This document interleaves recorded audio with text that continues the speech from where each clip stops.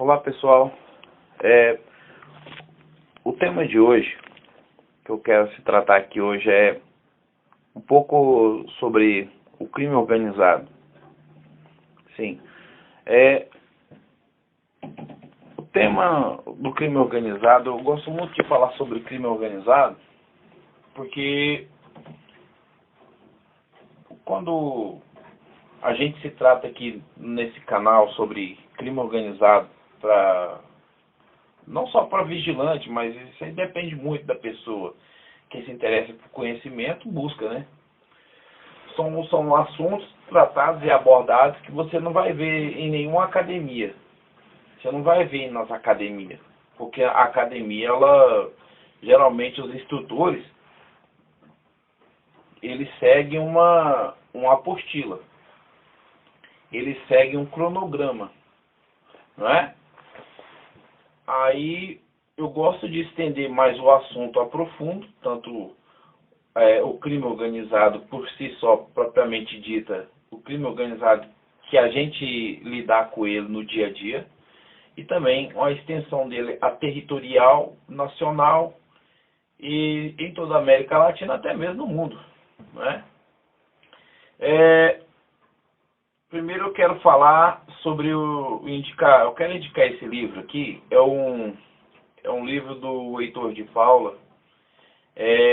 O livro se chama O Eixo do Mal. O Eixo do Mal e a Nova Ordem Mundial, América Latina. O autor é o Heitor de Paula. Então, nesse livro eu vou fazer uma pequena resenha de um pouco que se trata do livro, mas é bom você procurar esse livro. Ele está no Observatório Latino, né? Você pode encontrar ele no site da Rádio Vox. É um livro muito interessante que eu indico. Também a Hidra,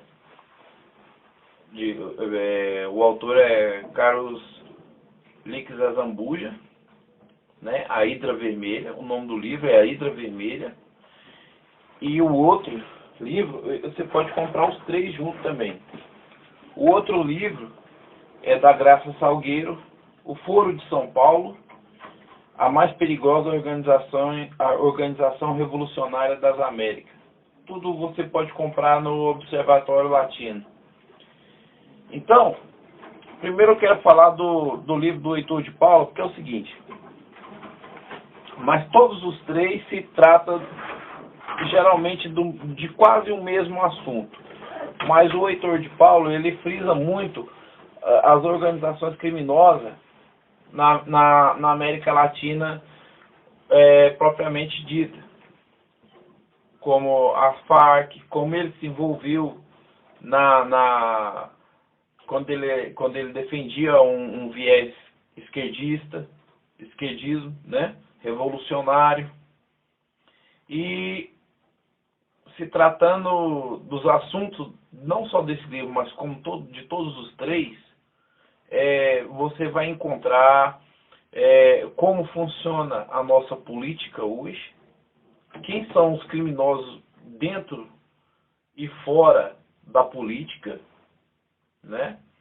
O porquê do nosso país hoje ter um crescimento tão grande da criminalidade desde quando foi entregue o governo na mão dos civis, dos políticos, quando foi feita a Constituição de 88 e após a posse de José Sarney, né? Houve em 1990 o diálogo interamericano, se eu não me engano foi em 89 ou 1990, né? Onde se encontrou ali o Fernando Henrique Cardoso, juntamente com o José Serra, e o Lula e o José Dirceu. Eles fizeram um acordo interamericano, juntamente com o Foro de São Paulo estava ali, né? todos os integrantes ali do foro estavam ali para fazer esse acordo. Tanto é que os governos russos disse, o próprio Fernando Henrique tem uma fala que ele disse que ele foi o melhor aluno de Antônio Gramsci. Quem sabe das obras de Antônio Gramsci sabe do que eu estou falando, né? Um revolucionário, né? Que hoje, tudo que acontece no nosso país hoje, toda a destruição familiar, o viés que defende todo o direito humano, isso é tudo gramscismo, né? É tudo misturado no meio, é gramscismo, marxismo cultural, esparramado nesse país todo. Então o que eles fizeram? Eles fizeram um acordo, esse acordo interamericano, ele não é uma coisa extraordinária. O acordo interamericano, o acordo interamericano, ele teve outras reuniões, só que essa foi fundamental, né? Um acordo de alternância de poder entre o Fernando Henrique Cardoso e o Lula. Assim, o PSDB sendo de direita e o PT sendo de esquerda. Mas nós sabemos que o socialista PSDB, que defende mais uma agenda fabianista e grancista, e o lado do PT, que defende uma parte mais revolucionária e marxista. Então, o que acontece?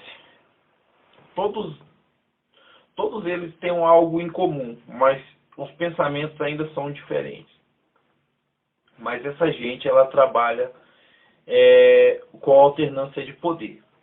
Observe que quando houve a ruptura do impeachment do Collor, quem entrou em cena foi o seu sucessor, que era o vice-presidente Itamar Franco. Quando o Itamar Franco saiu, quem assumiu foi o Fernando Henrique. O Fernando Henrique ficou em 2 mandatos, passou a alternância para o Lula. O Lula, em vez de passar a alternância depois dos 2 mandatos dele para um próximo do PSDB, lançou a Dilma Rousseff, e com muita falcatrua de aparelhamento do Estado, ele transferiu isso daí para Dilma Rousseff. O intuito desses relatos que estou falando a vocês está todo nesses livros.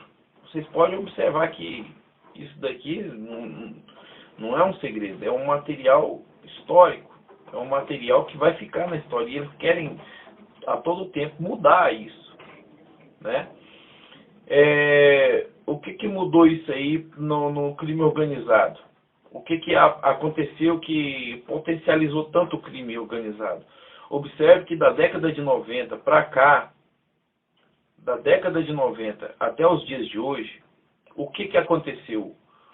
O crime organizado, ele não se organizou cada vez mais, como ele também surgiu modalidades novas de crime.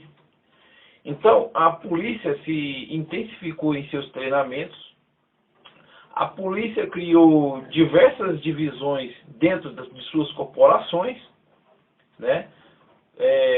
Tático Móvel, Rotan, por mais que existe desde a década de 80 algumas Rotan, a Rota em São Paulo, mas a polícia, principalmente a polícia militar, ela foi criando grupos táticos, um em cima do outro, um após o outro, durante diversos anos, diverso tempo. Os tempos foram passando e ela foi intensificando cada vez mais os seus treinamentos. Mas isso não impediu que o crime organizado fosse crescendo cada vez mais, porque essa gente, eles trabalham, eles têm o poder, eles têm um grande poder econômico.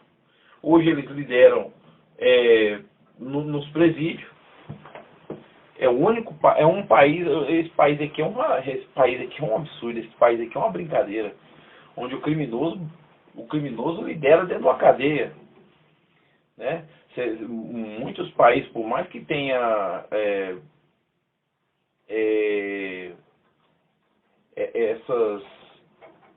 essas tomadas na cadeia, quando eles fazem aquelas rebeliões nas cadeias, não se vê tanto assassinato dentro das cadeias em outros lugares, em outros países, como se acontece aqui no Brasil, né? A rivalidade entre as organizações criminosas. Por que isso acontece aqui desse jeito? Por que acontece isso o tempo todo no nosso país e o povo vai assistindo isso de uma tal forma, de uma tal sequência, uma após a outra, que vai achando que isso tudo é uma normalidade. Isso é o quê? Isso é colocando na psique das pessoas que tudo isso é normal. Hoje em dia, um meliante chegar e assaltar uma pessoa na rua com um celular, assaltar na ida para o trabalho, na volta, na ida para a escola, na volta, se tornou tão frequente, tão normal, que as pessoas já não acham mais isso um absurdo.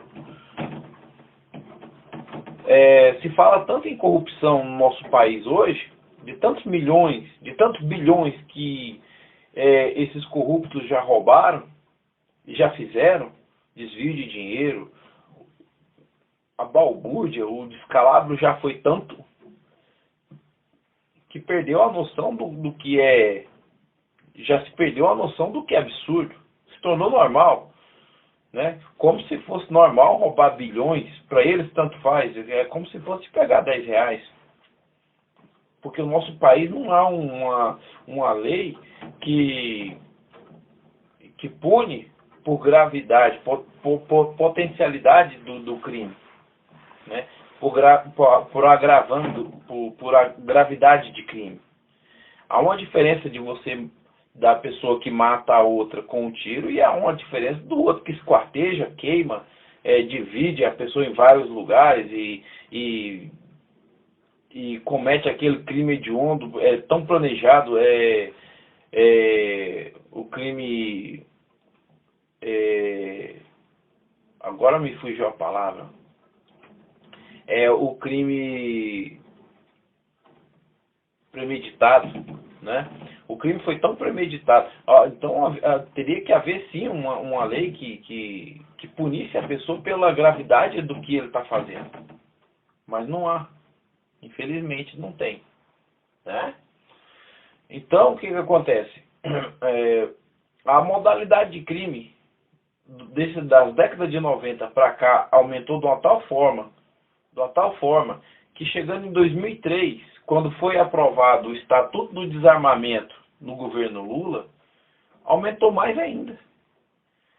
Quem diria que há 10 anos, há 15 anos atrás, a gente ouviria falar sobre saidinha de banco? Quem diria que há 10 anos atrás, há 20 anos atrás, a gente ouviria falar de golpe pelo telefone, de isso e daquilo, de um cara chegar e invadir uma residência com todo mundo lá dentro? Por quê? Porque houve o desarmamento da população, né? O bandido hoje ele assalta livremente. E se ele for pego, a mesma lei do Código Penal que quando a gente vai fazer o curso, você que vai fazer o curso de vigilante, lá fala que os artigos 157, 155, 121, 112, 133, que é tráfico de droga, aquilo ali está todo no Código Penal, mas só que já existem leis posteriores que livram o meliante daquilo, se ele for um réu primário, se ele tiver residência fixa, se ele fugir do flagrante, ele responde de liberdade. Então tudo isso daí potencializou o crime, só potencializou o crime. Se os policiais hoje estão sofrendo, sendo assassinados, sendo caçados, né? No estado do Rio de Janeiro, os bandidos eles até caçam o policial, procuram saber onde eles moram, matam, assassinam de uma forma tão brutal, mas tão brutal, que nem parece que ali é uma pessoa matando o outro, pelo simples fato de ser policial, né? Hoje o vagabundo ele quer uma arma, ele vai aonde? Ele vai atrás de um vigilante, ele vai atrás de um policial, ele vai no lugar onde vai ser mais vulnerável para ele conseguir uma arma. O cara com 38 hoje roubando de um vigilante, amanhã ele tá ele puxa um carro, né? Aquilo ali se tornou um negócio dele. E se ele for pego, ele vai pra cadeia e não fica. Dependendo da audiência de custódia, dependendo do que acontecer na audiência de custódia mesmo, ele já é liberado. Não é? Se ele tiver algum ferimento, se não tiver tudo encaixadinho direitinho, e se ele passar pela audiência de custódia, dependendo, se ele ainda conseguir passar pela audiência de custódia, se ele for menor, ou se ele for réu primário, ou se ele se não for um crime de grande potencial, dependendo da situação do juiz, de quem for ver aquilo ali, se ele vai descer para uma casa de prisão provisória, ele pode ser liberado. E amanhã ele está na rua de novo. Tem moleque de 16 anos, 14 anos, 15 anos aí que tem uma ficha extensa. Mas por quê? Porque ele é um criminoso, porque o menor de idade ele é um criminoso por si. Não. Isso aí é porque não existe lei punitiva. Qual o objetivo da lei? Qual o objetivo do Estado atuar nesse sentido? Para o cidadão comum, tanto como cidadão comum, para toda a sociedade. É vingar pelo cidadão que foi ferido. O cidadão, além dele perder os bens, perder a paz dele, ter um transtorno mental, porque ele foi agredido, não só subtraído seus bens, mas também subtraído toda a sua paz. E tem gente que às vezes até muda da cidade porque foi roubado, porque aconteceu aquilo, e tem medo do bandido voltar ali de novo, por ter causado terror, porque isso é um terrorismo emocional na cabeça da pessoa. Amanhã o bandido está solto. Não é? Então, se tratando do crime organizado, a criação do crime organizado, na verdade, mundialmente falando,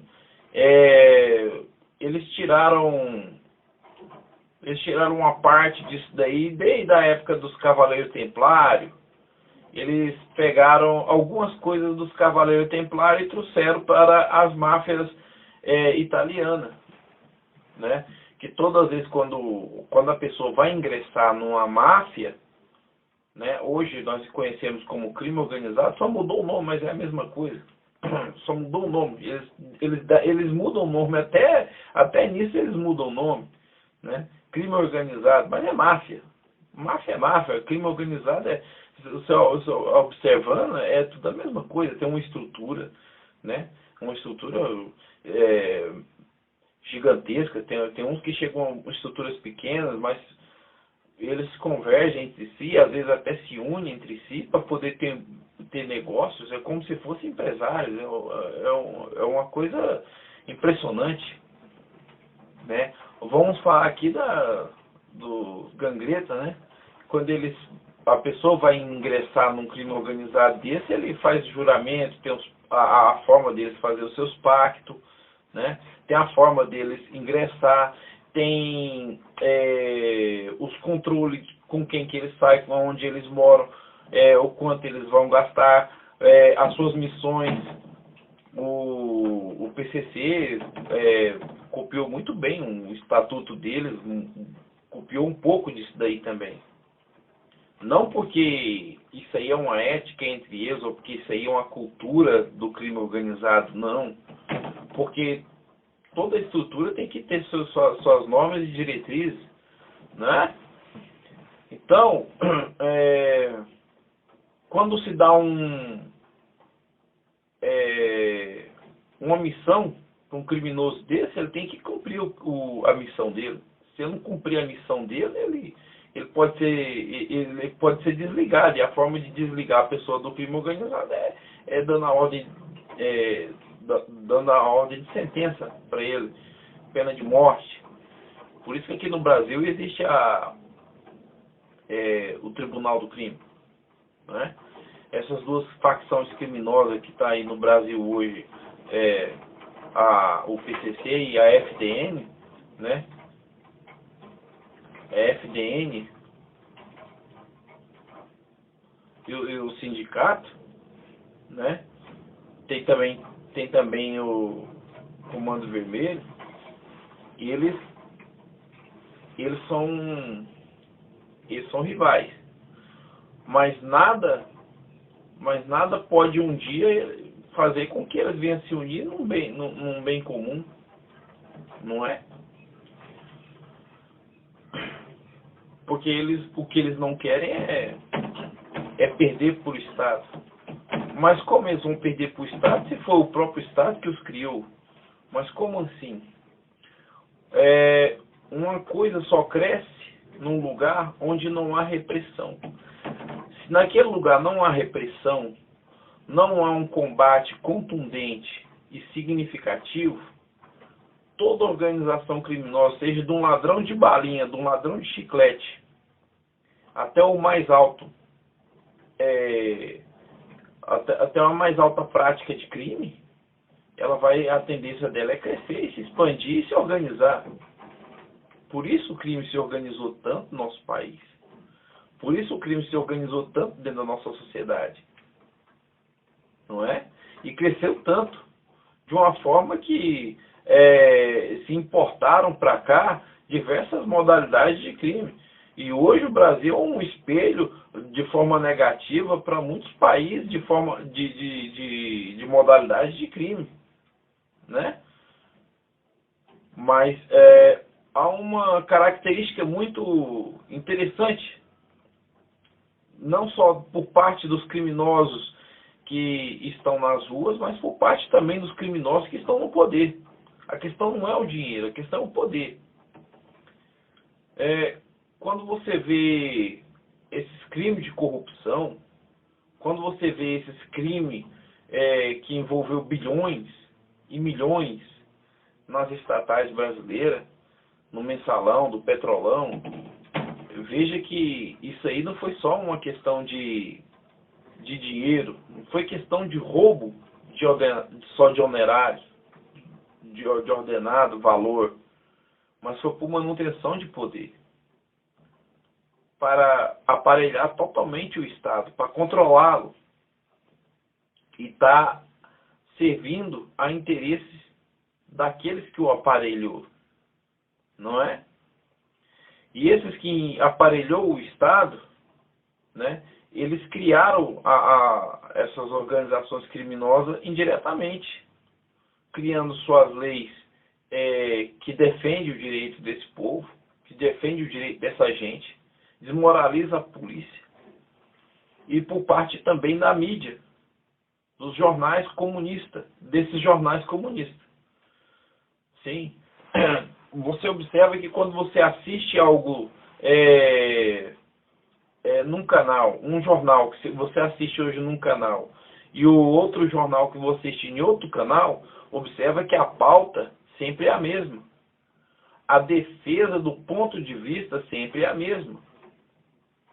Você vai assistir hoje uma reportagem, hoje eu vi uma reportagem, propriamente dita hoje, que se mata a polícia que mais mata no mundo é a polícia brasileira. 400 e poucas mortes, não lembro bem direito o número, mas era mais de 400 mortes, mais de 400 pessoas mortas pela polícia.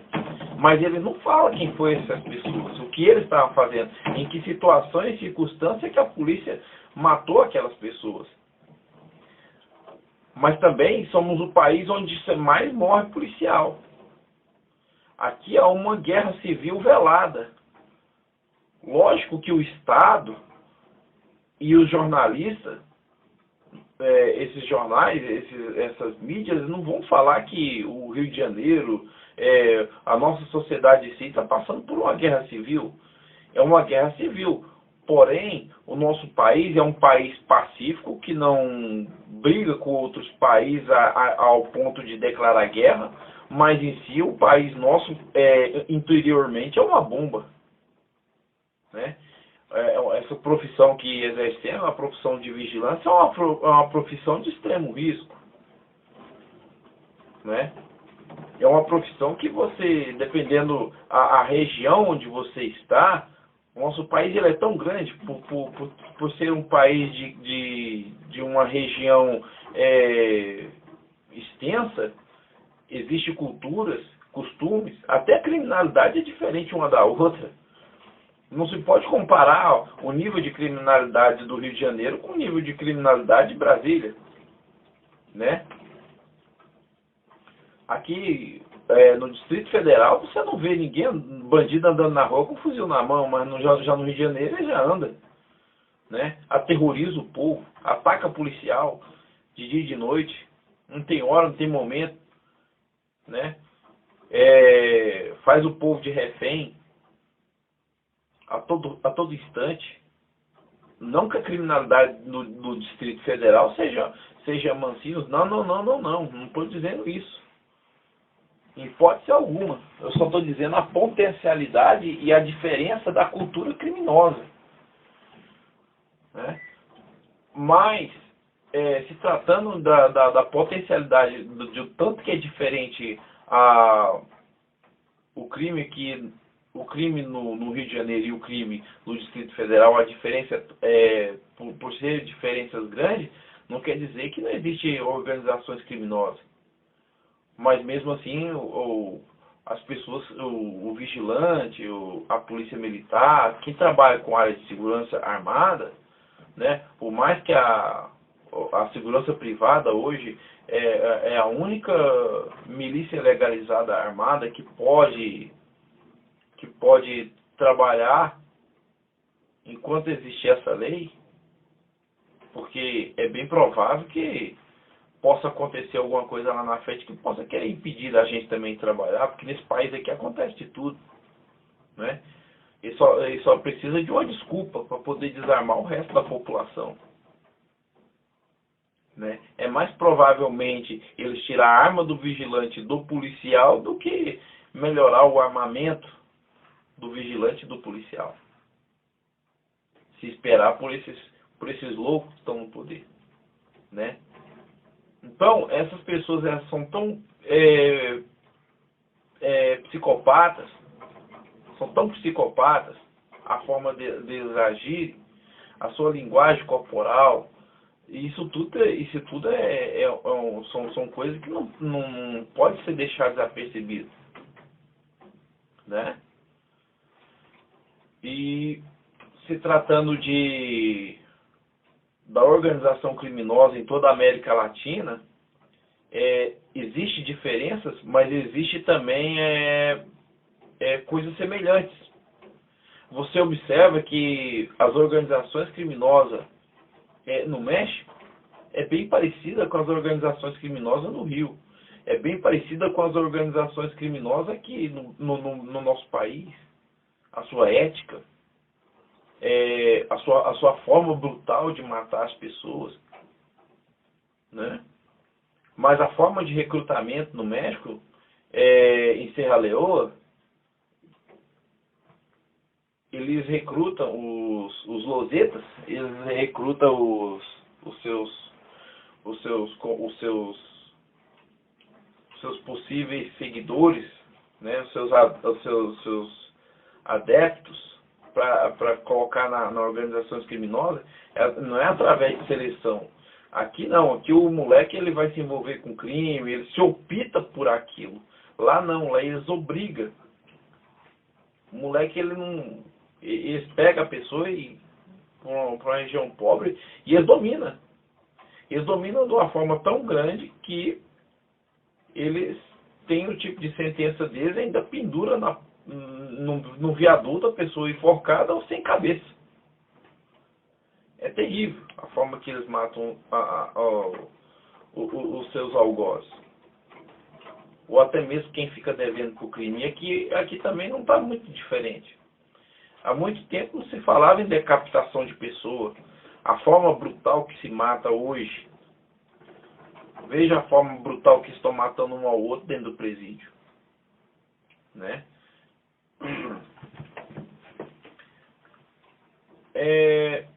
Agora, voltando para a área da segurança privada, às vezes ficamos tão vulneráveis à ação criminosa que eles têm uma vantagem, o efeito surpresa.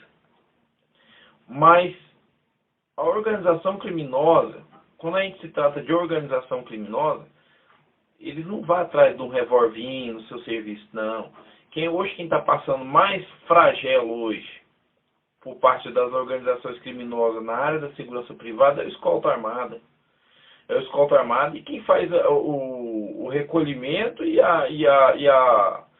abastece os caixas eletrônicos, abastece o banco, recebe, vai retirar o ordenado, vai prestar um serviço para tirar o ordenado ali do dia de uma loteria, do mercado, que é o transporte de valor. Esse pessoal ele precisa de dinheiro. O crime organizado ele precisa de dinheiro. Através do dinheiro ele consegue tudo. Ele consegue advogado, ele consegue comprar arma, ele consegue ações negociadas, ele consegue veículo, ele consegue até mesmo se passar por uma pessoa de bem. Porque a sua estrutura se tornou gigantesca. Ele consegue comprar juiz, ele consegue comprar advogado, ele consegue comprar promotoria, ele consegue comprar favorecimento de político, ele consegue esquentar uma empresa, né? Uma empresa fantasma para poder desviar o seu dinheiro. Então, estamos falando de organizações bem estendidas, bem extensas nas suas ações, não é? Então, no próximo vídeo que eu for fazer, eu vou indicar outros livros. Por enquanto fica só esses três, mas principalmente o Heitor de Paula. Depois eu vou falar um pouco mais sobre o crime organizado, ele propriamente dito. Tem um crime organizado que eu achei muito interessante, que foi os Pantera Negra, nos Estados Unidos. Aquele crime organizado ali, vou só fazer uma pincelada sobre ele. Ele era formado, o nome já fala, os Panteras Negras, né? Ele era formado só por negros. Só por negros. Eles defendiam o que eles defendiam era a causa racial, mas por trás ali tinham o quê? Partidos políticos e interesses de partido político revolucionário. Observa que o uniforme deles era um uniforme de tática militar. Até boina militar eles tinham.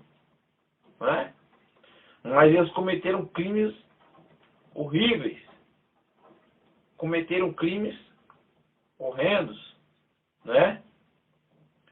E não respeitava a lei, não respeitava a polícia, não respeitava nada. Né? Mas, de qualquer forma, eu agradeço a todos vocês e espero ter esclarecido alguma coisa.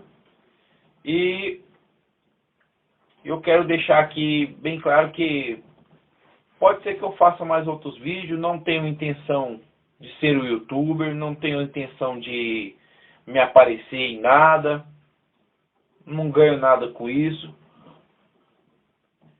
Mas eu acho que o conhecimento, quando você só adquire a sabedoria quando você tem conhecimento. Se você não tem conhecimento, você se torna um ignorante.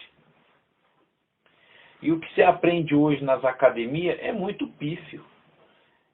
Né? O que se aprende hoje nas academias hoje é muito pouco.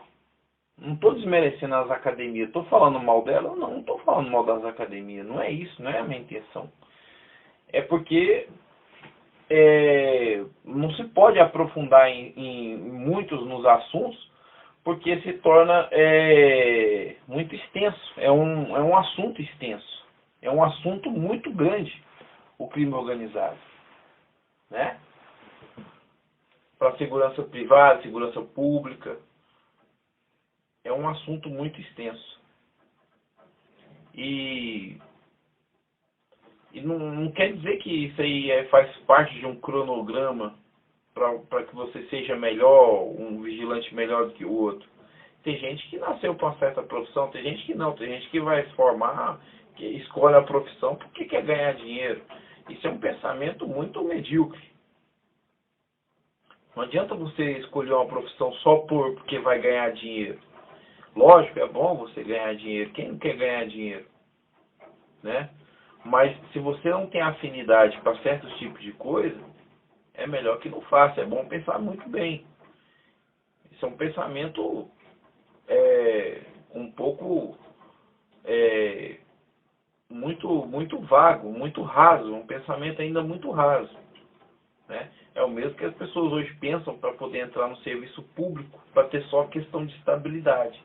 Chega lá, não faz um serviço bem feito, faz um serviço de qualquer jeito, só simplesmente para poder ganhar o seu dinheiro, o seu salário bom, geralmente um salário bom, e ficar empregado pro resto da vida sem precisar de passar por só não contrariar ali a situação. Pode ser removido, tem muita coisa política no meio, enfim, só tem vantagem, tem muita questão de vantagem, tem muita vantagem. As pessoas pensam muito na vantagem. Por quê? Porque as pessoas aprenderam a depender do Estado. As pessoas não aprenderam a depender da sua própria competência. É muito diferente o pensamento do americano. É muito diferente do pensamento do canadense, do australiano, de pessoas que estão em países de primeiro mundo. Eles estudam para poder formar os seus negócios, para ser um bom profissional e exercer as suas funções, ganhar dinheiro com aquilo, sim, mas não para depender do Estado, direto ou indiretamente, não que o serviço público seja um serviço de demérito, não é isso. Mas todo mundo pensa em depender do Estado. Desde aquele que depende de um serviço social até aquele que presta serviço. Mas esse é um outro assunto. Bom, fica com Deus, que Deus abençoe a todos e até a próxima.